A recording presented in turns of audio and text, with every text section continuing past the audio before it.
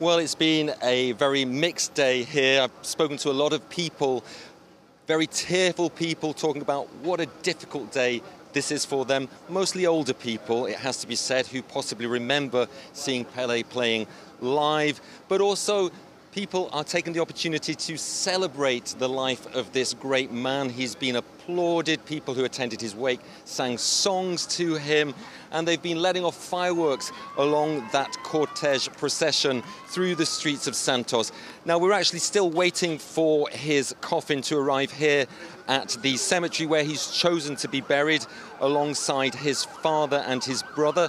It left the stadium for the final time, his beloved Villa Belmiro Stadium for the final time, about 2.5 hours ago, and is proceeding through the streets, stopping by the house of his mother Celeste, who is still alive and is 100 years old, so that she can say her final goodbyes. And then it will come here for, as you say, a private funeral service for close friends and family only. But Pele always wanted a big public event after his death. That's why this 24-hour wake was held, and 230,000 people made the pilgrimage to Santos to be able to say goodbye to him, including many famous faces and high-profile figures.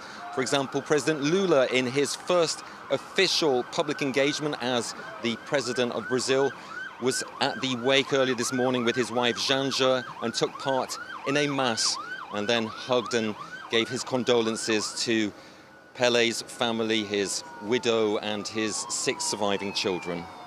As you say, hundreds of thousands of people out in the streets of Santos today. Just give us a sense of why Pele was so important to them, and indeed to the millions of Brazilians, whether they were football fans or not.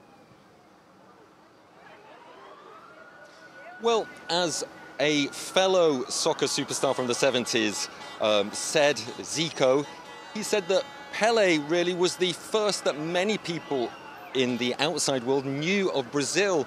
In the 70s, he not only revolutionized football, the 60s and 70s, I should say, but he also revolutionized the image of Brazil. He projected an image of a youthful, multiracial, talented and joyous Brazil, and I think that really captivated the whole world.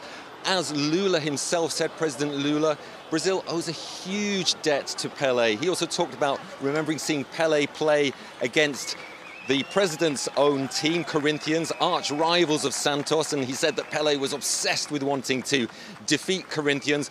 But he also talked about his humility, the fact that Pele would be the same person and talk to people as equals, whether he was talking to royalty or a 10-year-old child. He also talked about the fact that he came from a very poor background. He was a young black man from a poor neighborhood, but he made it despite all the prejudice that exists in Brazil, despite all the structural racism that exists in this country to this day. So he really is a figurehead for everyone in Brazil, whatever their age, whatever their color, whatever their class.